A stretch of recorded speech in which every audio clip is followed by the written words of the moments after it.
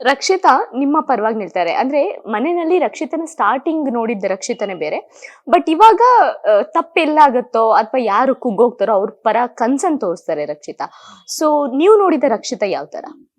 Rakshita is actually ತುಂಬಾ sweet heart ಅವಳು. ಅವಳಿಗೆ ಏನಂದ್ರೆ ತುಂಬಾ ಇಮೋಷನಲಿ ಅರ್ಥನು ಕನೆಕ್ಟ್ ಆದ್ರೆ ಕನೆಕ್ಟ್ ಆಗ್ಬಿಡೋದು, ಕನೆಕ್ಟ್ ಆಗಿಲ್ಲ ಅಂದ್ರೆ ಕನೆಕ್ಟ್ ಆಗಿಲ್ಲ, ಇಷ್ಟ ಇಲ್ಲ ಅಂದ್ರೆ ಇಷ್ಟ ಇಲ್ಲ, ಇಷ್ಟ ಇದೆ ಅಂದ್ರೆ ಇಷ್ಟ ಇದೆ. ಅವಳು ಗೇಮ್ ಅಲ್ಲಿ ಏನ್ ಮಾಡ್ತಾಳೆ ಅರ್ಥ ಆಗ್ತಿಲ್ಲ, ಅವಳ ಸ್ಟ್ರಾಟಜಿ ಏನು, ಯಾರನ್ನ ನಾಮಿನೇಟ್ ಮಾಡ್ಬೇಕು, ಅವಳಿಗೆ ಅರ್ಥ ಆಗ್ತಿದೆ ನಾಮಿನೇಷನ್ ಅಂದ್ರೆ ಏನು ಅಂತ, ಅದು ನನಗೆ ಗೊತ್ತಾಗ್ತಿಲ್ಲ. But as a human beings is actually very very sweet. ಒಬ್ರಿಗೆ ನೀರ್ ತಂದು ಕೊಡೋದಾಗ್ಲಿ, ಮಾಡೋಣ ಏನಾರು ಬೇಕಾ, ಅಭಿ ನಿಮ್ಗೆ ಏನಾರು ಬೇಕಾ ಆ ಥರ ಎಲ್ಲ ಕೇಳೋದಾಗ್ಲಿ ತುಂಬಾ ತುಂಬಾ ಇದೆ ಅವಳಿಗೆ. ಅವಳಿಗೆ ಏನಂತಂದ್ರೆ ಅವಳ ಒಪಿನಿಯನ್ ಇರುತ್ತೆ ಅನ್ಕೊಳ್ಳಿ, ನೀವು ಆ ಒಪಿನಿಯನ್ ಪ್ರಕಾರನೇ ಮಾತಾಡಿದ್ರೆ ಇವಳು ನಿಮ್ ಫೇವ್ರೆಟ್. ಅವಳು ನೀವೇನೋ ತಪ್ಪು ಮಾಡಿರ್ತೀರಾ, ಅದ್ ನೀನ್ ತಪ್ಪು ಮಾಡಿದ್ಯಾ ಅಂತಂದ್ರೆ ಅದು ನನ್ನ ಪರ್ಸ್ಪೆಕ್ಟಿವ್. ಇವಾಗ ಅದ್ ಹೆಂಗ್ ಅರ್ಥನೇ ಆಗಲ್ಲ, but very sweet and very emotional ವ್ಯಕ್ತಿ ಅವಳು. ಈ ರಜತ್ ಅವ್ರನ್ನ ನೋಡಿದ್ರೆ ಫುಲ್ ಲಾಸ್ಟ್ ಸೀಸನ್ ಅಲ್ಲೂ ಅವರು ಫುಲ್ ಸ್ಟ್ರಾಂಗು, ಜಗಳ ಜಾಸ್ತಿ. ಸೊ ಅವ್ರು ಬಂದಾದ್ಮೇಲೆ ಒಂದ್ 2-3 ಸಲ ಜಗಳ ಆಗಿದೆ ಮನೇಲೂ ಕೂಡ. ಅಂದ್ರೆ ಗೆಸ್ಟ್ ಆಗಿ ಬಂದಾಗ್ಲೂ ಜಗಳ ಆಗಿದೆ, ಕಂಟೆಸ್ಟೆಂಟ್ ಆಗಿ ಉಳ್ಕೊಂಡಾಗ್ಲೂ ಜಗಳ ಆಗಿದೆ. ಅವ್ರನ್ನ ನೋಡಿದಾಗ ಪರ್ಸನಲಿ ನಿಮ್ಗೆ ಏನ್ ಅನ್ಸಿತ್ತು ಅಂತ? ವೆರಿ ಲೈವ್ಲಿ ಪರ್ಸನ್ ಅಂತ ಅನ್ನಿಸ್ತು. ಅವರು ಸುಮ್ನೆ ಯಾತೇನು ಜಗಳ ಮಾಡಲ್ಲ ಅಂತ ಅನ್ನಿಸ್ತು. ಬಟ್ ಎಲ್ಲೋ ಒಂದ್ ಕಡೆ ಅಶ್ವಿನಿ ಅವ್ರ ವಿಷಯ ಬಂದಾಗ ಬೇಕಂತ ಟ್ರಿಗರ್ ಮಾಡೋದು, ಅವ್ರ ನೆಸೆಸಿಟಿನೇ ಇರ್ಲಿಲ್ಲ. ಇವಾಗ ಅದೊಂದು ಆಲೂಗಡ್ಡೆ ಇನ್ಸಿಡೆಂಟ್ ಆಗುತ್ತಲ್ವಾ, ನಾನು ಅಲ್ಲೇ ಇದ್ದೆ, ಅವರು ಅಲ್ಲೇ ಇದ್ರು. ನಾನು ಯಾವ ತರ ಯೋಚನೆ ಮಾಡಿದೆ ಅಂದ್ರೆ, ಅರೆ ಇವ್ರು ಮಾತಾಡೋದು ತೂಕ ಇದೆ, ಇವ್ರು ಮಾತಾಡೋದು ತೂಕ ಇದೆ, ಫಸ್ಟ್ ಅರ್ಥ ಮಾಡ್ಕೊಳ್ಳೋಣ ಯಾರು ಏನ್ ಮಾತಾಡ್ತಾ ಇದಾರೆ, ಸುಮ್ನೆ ಕಿರ್ಚಾಡೋದ್ ಬೇಡ ಅಂತ. ಬಟ್ ಅದೇ ರಜತ್ ಏನ್ ಮಾಡೋರು, ರಘು ಹೇಳಿದ್ ನಿಂತ್ಕೊಂಡು ನನಗೂ ಇದೆ, ನನಗೂ ಇದೆ, ನಾನು ತಿಂತೀನಿ, ಅದ್ ನೆಸೆಸರಿ ಇರ್ಲಿಲ್ಲ ನನ್ನ ಪ್ರಕಾರ. ಸೊ ಅವ್ರೇನು ಬೇಕಂತ ಮಾಡ್ತಿದಾರ ಅಂತ ಆ ಪಾಯಿಂಟ್ ಅಲ್ಲಿ ಅನಿಸ್ತು. ಬಟ್ ಮೇ ಬಿ ಅವ್ರ ವ್ಯಕ್ತಿತ್ವ ಅದ್ ನಾನೇನ್ ಹೇಳಕ್ ಸಾಧ್ಯ. ಈ ಬಿಗ್ ಬಾಸ್ ಮನೆಯಲ್ಲಿ ಊಟ ಸಿಗೋದು ಕಷ್ಟ, ತಮ್ಮ ಪಾಲಿಗೆ ಬಂದಿದ್ದು ಉಳಿಸ್ಕೊಳ್ಳೋದು ಕಷ್ಟ. ನೀವ್ ಹೇಗ್ ಮಾಡ್ತಿದ್ರಿ ಅಂತಂದ್ರೆ, ಯಾರೋ ತಿಂದ್ರೆ ಸರಿ ತಿನ್ನಿ ಅಂತಿದ್ರಿ. ನಿಮ್ಮ ಎನರ್ಜಿ ಬಗ್ಗೆ ಆ ಟೈಮಲ್ಲಿ ಯೋಚನೆ ಮಾಡ್ತಿರ್ಲಿಲ್ವಾ? ನನಗ್ ಬೇಕಿ ಫುಡ್ ಅಂದ್ರೆ ಅಲ್ಲಿ ಮನುಷ್ಯತ್ವ ಉಳಿಯುತ್ತಾ ಅಥವಾ ಹೇಗೆ ಅಂತ ಆ ಪರಿಸ್ಥಿತಿ? ಒಬ್ಬೊಬ್ಬರು ಒಂಥರ ಇರ್ತಾರೆ. ಸ್ವಲ್ಪ ಜನ ಏನ್ ಮಾಡ್ತಾರೆ, ಫಸ್ಟ್ ಅವ್ನಿಗೆ ಬೇಕಾ, ಯಾರ ಬಗ್ಗೆನೂ ಕೇರ್ ಮಾಡಲ್ಲ. ಅಲ್ಲಿ ಇದ್ಯಾ ಬೇರೆಯವ್ರಿಗೆ ಮಾಡ್ಬೇಕಾ, ಎಷ್ಟ್ ತಿಂದ್ರೆ ಎಷ್ಟು ಉಳಿಯುತ್ತೆ ಆತರ ಯಾರು ಕೇರ್. ನನಗೆ ಅಶೋಕ್ತಿದೆ ಕೂಡ, ನಂಗೆ 5 ಬೇಕು ತೆನ್ಕೊಂಡು ಹೋಗ್ಬಿಡೋರು. ಇನ್ ಸ್ವಲ್ಪ ಜನ ಎಕ್ಸಾಂಪಲ್ ನಂತರ ಸ್ವಲ್ಪ ನಾನೇನ್ ಗ್ರೇಟ್ನೆಸ್ ಮಾಡ್ಲಿಲ್ಲ, ನಾನು ಏನ್ ಯೋಚನೆ ಮಾಡ್ತಾ ಇದ್ದೆ ಅಂತಂದಾಗ ಅವಾಗ ಏನ್ ಅನ್ಸ್ತಾ ಇತ್ತು ಅಂದ್ರೆ, ಪಾಪ ಇವರೆಲ್ಲ ಅಷ್ಟೊಂದ್ ಜನ, ನನ್ಗೆ ಶಕ್ತಿ ಇದೆಯಾ, ಇನ್ನೊಂದ್ 2-3 ಅವರ್ ತಡ್ಕೊಳಕ್ ಶಕ್ತಿ ಇದೆಯಾ, ತಡ್ಕೊಳೋಣ ಬಿಡು, ನನ್ಕಿನ್ನ ಸ್ವಲ್ಪ ಇವ್ರು ಅಶೋಕೊಂಡಿದ್ದಾರೆ, ಹೋಗ್ಲಿ ಅವ್ರು ತಿನ್ಲಿ. ನಾನು ಯಾತ್ರ ನನ್ ಮನೆಯಲ್ಲೂ ಹಾಗೆ, ನಮ್ ಫ್ಯಾಮಿಲಿ ಅಂತಂದಾಗ, ಇವಾಗ ನೀವೊಂದ್ 4 ಜನ ನಿಮ್ ಫ್ಯಾಮಿಲಿ ಇರ್ತೀರಾ ಅನ್ಕೊಳ್ಳಿ, ಒಂದ್ ಚಪಾತಿ ಇರುತ್ತೆ, ನಿಮ್ ತಮ್ಮಂಗ್ ಹಶು ಆಗ್ತಾ ಇದೆ ತುಂಬಾ, ಅವಾಗ ನೀವೇನ್ ಮಾಡ್ತೀರಾ, ನಾನ್ ತಡ್ಕೋಬಹುದು, ನನ್ಗೆ ಶಕ್ತಿ ತಗೋ, ನೀನ್ ತಿನ್ನು ಅಂತ ಕೊಡ್ತೀರಲ್ವಾ. ಅದೇ ತರ ನಾನು ಭಾವಿಸ್ತಿದ್ದೆ ಅಷ್ಟೇ. ಅಲ್ಲಿ ಇರೋರೆಲ್ಲ ನನ್ನ ಕುಟುಂಬ ಅಂತ ಭಾವಿಸ್ತಿದ್ದೆ. ಅಪ್ಪ ಅಂಟಿಲ್ ಯಾರಿಗೋ ಒಂದ್ ಎಕ್ಸ್ಟ್ರಾ ಅಂತ ತಗೊಳ್ಳಿ ಪರವಾಗಿಲ್ಲ, ನಾನು ಆಮೇಲೆ ತಿನ್ಕೋತೀನಿ, ನನ್ಗೆ ತಡ್ಕೊಳೋ ಶಕ್ತಿ ಇದೆ. ಇವಾಗ ನೀವು ಕೋಪದಿಂದ, ಇವಾಗ ಏನು ಕೋಪ ಬಂದಾಗ, ಸಾರಿ ಏನಂತಾರೆ, ಹಶು ಆದ ಕೋಪ ಬರೋದ್ ಜಾಸ್ತಿ ಅಲ್ವಾ. ಆ ಕೋಪ ಬಂದಾಗ ಅದನ್ನ ತಡ್ಕೊಳೋ ಕೆಪಾಸಿಟಿ ನನಗ್ ಜಾಸ್ತಿ ಇದೆ. ಇವಾಗ ನೀನ್ ಹಶುಕೊಂಡು ಒಂದ್ ಅರ್ಧ ಅವರ್ ಇರ್ಬೋದು, ನಾನು ಹಶುಕೊಂಡು 1 ಅವರ್ ಇರೋ ಕೆಪಾಸಿಟಿ ನನಗಿದೆ, ನನಗ್ ಗೊತ್ತು. ಆ ಪಾಯಿಂಟ್ ಅಲ್ಲಿ ಕಿರ್ಚಾಡ್ಕೊಂಡು ಏನು ಮಾಡ್ಕೊಳಲ್ಲ. ಸೊ ಅದಕ್ಕೋಸ್ಕರ ನೀನ್ ತಗೋತಿನ್ನು, ನಾನು ಮಾಡ್ಕೋತೀನಿ, ಮತ್ತೆ no problem. Big boss end ಜರ್ನಿನಲ್ಲಿ ಸುದೀಪ್ ಸರ್ ಹೇಳ್ತಾರೆ, ನಿಮ್ಮ ಒಳ್ಳೆತನದ ಬಗ್ಗೆ ಕೊಂಡಾಡ್ತಾರೆ.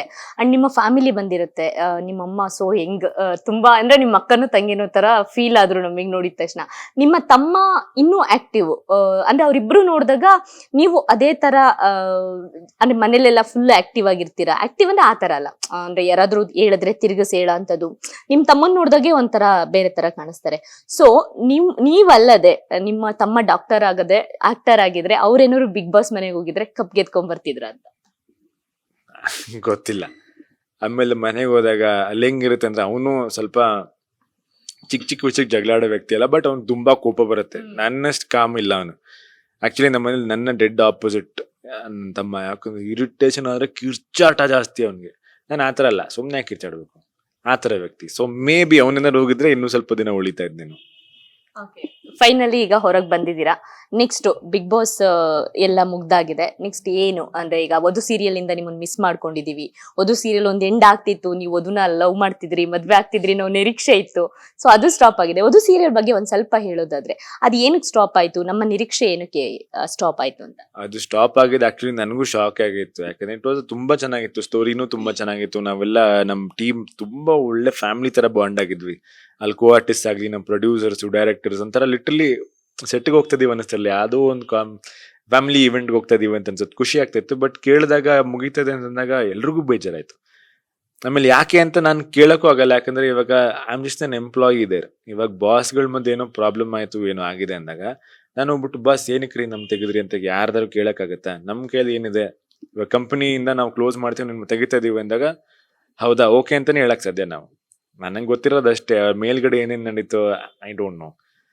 ನನಗೆ ಎಲ್ಲ ಮುಗೀತೆ ಅಂತಂದ್ರು ಅವಾಗ ಬೇಜಾರಾಯ್ತು, ಅಯ್ಯೋ ಏನಕ್ಕೆ ಸರ್ ಚೆನ್ನಾಗಿತ್ತಲ್ಲ ಅಂತಂದಾಗ ಅವರು ನಮಗೂ ಗೊತ್ತಿಲ್ಲ ಅಂತಂದಾಗ ದಟ್ ಡಸ್ಟ್ ಮೀನ್ಸ್ ನಾನು ಹೇಳ್ಕೊಳಕ್ ಆಗಲ್ಲ ನಿನಗೆ ಅಂತ. ಅವರೇ ಹೇಳ್ಕೊಳಕ್ ಆಗ್ದಿಲ್ಲ ಇದ್ಬಿಟ್ಟು ನಾನು ಪದೇ ಪದೇ ಕೇಳಿ ನ್ಯೂಸ್, ಹೋಗ್ಲಿ ಬಿಡು ಆಗಿದ್ದಾಯ್ತು, ನಮ್ ಕೈಲಿ ಏನಿದೆ. ಎಂಡ್ ಆಫ್ ದ ಡೇ ಏನಾಗುತ್ತೋ ಎಲ್ಲ ಒಳ್ಳೇದಕ್ಕೆ ಆಗೋದು. I believe in that. God is there. ನಿನ್ ಜರ್ನಿಲಿ ಇದು ಇಲ್ಲಿ ಎಂಡ್ ಆಗ್ಬೇಕು, ಎಂಡ್ ಆದ್ರೆ ನಿನ್ಗೆ ಒಳ್ಳೇದಾಗುತ್ತೆ ಅಂತಂದ್ರೆ ಅಲ್ಲಿ ಎಂಡ್ ಆಗುತ್ತೆ, ಹೊಸ ಜರ್ನಿ ಸ್ಟಾರ್ಟ್ ಆಗುತ್ತೆ. ಅದೇ ಏನ್ ಲೈಫ್ ಅಲ್ವಲ್ಲ. ಇವಾಗ ವಧು ಸೀರಿಯಲ್ ನನಗೆ ಜೀವನ ಪೂರ್ತಿ ವಧುನೇ ಮಾಡ್ಕೊಂಡಿರಕ್ ಆಗ್ತಾಯ್ತಾ? ಒಂದಿನ ಮುಗಿಲೇಬೇಕಾಗಿತ್ತು, ಸ್ವಲ್ಪ ಬೇಗ ಮುಗೀತು. ಇವಾಗ ಬಿಗ್ ಬಾಸ್ ಅಷ್ಟೇ, ನಾನು ಜೀವನ ಪೂರ್ತಿ ಬಿಗ್ ಬಾಸ್ ಮಾಡ್ಕೊಂಡಿರ್ತೀನ ಇಲ್ಲ 16 ವಾರ. 16 ವಾರದಲ್ಲಿ ನನ್ನ ಜರ್ನಿ 10ನೇ ವಾರಕ್ಕೆ ಮುಗಿಬೇಕಾಗಿತ್ತು, ಮುಗೀತು. ಆಮೇಲೆ ಪ್ರತಿಯೊಬ್ಬರದ್ದು ಮುಗೀತೆ. ಅದೇ ಲೈಫ್ ಅಲ್ಲ, ಅದರಿಂದ ಒಂದ್ ಲೈಫ್ ಬರುತ್ತೆ. ಇವಾಗ 3 ತಿಂಗಳ ನೀನ್ ಏನೋ ಮಾಡಿ ನೆಗೆಟಿವ್ ಆಗಿ ಪಾಸಿಟಿವ್ ಆಗಿ ಏನೋ ಆದೆ ಅಂತ ಅನ್ಕೊಳ್ಳಿ, ಅಷ್ಟೇ ಅಲ್ಲ. ದಟ್ ಈಸ್ ಜಸ್ಟ್ ನೀನೊಬ್ಬರಿಗೆ ಪರಿಚಯ ಮಾಡ್ತಿದ್ದೀನಿ ನೀನ್ ಏನು ಅಂತ. ಪರಿಚಯ ಮಾಡಿದ್ಮೇಲೆ ನಿನ್ ಜರ್ನಿ ಸ್ಟಾರ್ಟ್ ಆಗುತ್ತೆ. ನಾನು ಹತ್ರನೇ ಯೋಚನೆ ಮಾಡೋದು ಅಷ್ಟೇ. ಇಲ್ಲಿ ಏನು ಎಂಡ್ ಆಗಲ್ಲ. Everything is in God's hands. Just be happy, be good, ಖುಷಿಯಾಗಿರಿ ಅಷ್ಟೇ. ಎಸ್ ಮ್ಯಾಮ್, ಇವಾಗ ಸಿನಿಮಾ 2 ಇದೆ. ಒಂದು ರಿಲೀಸಿಗೆ, ಆಕ್ಚುಲಿ 2 ರಿಲೀಸಿಗಿದೆ. ಅದಾದ್ಮೇಲೆ ಇನ್ನೊಂದು ಸಿನಿಮಾ ಒಂದು 10 ಡೇ ಶೂಟ್ ಬಾಕಿ ಇದೆ. ಮುಂಚೆನೆ ಶೂಟ್ ಮಾಡ್ಬೇಕಾಗಿತ್ತು, ಬಟ್ ಇಲ್ಲ ಬಿಗ್ ಬಾಸ್ ಮುಗಿಸ್ಕೊಂಡ್ ಬಂದ್ಮೇಲೆ ಮಾಡೋಣ ಅಂತಂದೆ. ಬಟ್ ಅನ್ಫಾರ್ಚುನೇಟ್ಲಿ ಅದ್ರಲ್ಲೊಂದು ಪೊಲೀಸ್ ರೋಲ್ ಮಾಡ್ತಾ ಇದೀನಿ, ಸ್ವಲ್ಪ ಹೆವಿ ಇದ್ದೆ. ಇವಾಗ ಅದನ್ನ ಕಂಟಿನ್ಯೂ ಇವಾಗೆ ಮಾಡಕ್ಕಾಗಲ್ಲ. ಸೊ 1 ಮಂತ್ ಕೇಳಿದೀನಿ. 1 ಮಂತ್ ಆದ್ಮೇಲೆ I try to get back ಸೈಜ್ಗೆ ಬಂದು ಆಮೇಲೆ ಕಂಟಿನ್ಯೂಟಿ ಶೂಟ್ ಮಾಡೋಣ ಅಂತ. ಸೊ 3 ಸಿನಿಮಾ ಇದೆ ಮ್ಯಾಮ್ ಇವಾಗ ಬ್ಯಾಕ್ ಟು ಬ್ಯಾಕ್. ಅದಾದ್ಮೇಲೆ ನ್ಯೂ ಆಫರ್ಸ್ಗೆ ನೋಡ್ಬಿಟ್ಟು ಅಕಾರ್ಡಿಂಗ್ ಟು ಯಾವ ಕತೆ ಬರ್ತೀವಿ, ಕತೆ ಚೂಸ್ ಮಾಡೋದು ತುಂಬಾ ಇಂಪಾರ್ಟೆಂಟ್ ಆಗುತ್ತೆ. ಆಮೇಲೆ ನಾನು ತುಂಬಾ ಇಲ್ಲಿವರೆಗೂ ನೆಗೆಟಿವ್ ರೋಲ್ಸ್ ತುಂಬಾ ಮಾಡ್ಕೊಂಡ್ ಬಂದಿದ್ದೀನಿ. ಸೊ ಅದನ್ನು ಬ್ಯಾಲೆನ್ಸ್ ಮಾಡಕ್ಕೆ ಯಾವ್ದಾದ್ರು ಒಂದು ಪಾಸಿಟಿವ್ ರೋಲ್ ಆಗ್ಲಿ, ಸಮ್ ರೊಮ್ಯಾಂಟಿಕ್ ಕಾಮಿಡಿ ಆತರ ಯಾವ್ದಾದ್ರು ಒಂದು ಟ್ರೈ ಮಾಡೋಣ ನಾನು ನೋಡ್ತೀನಿ. Thank you so much ma'am.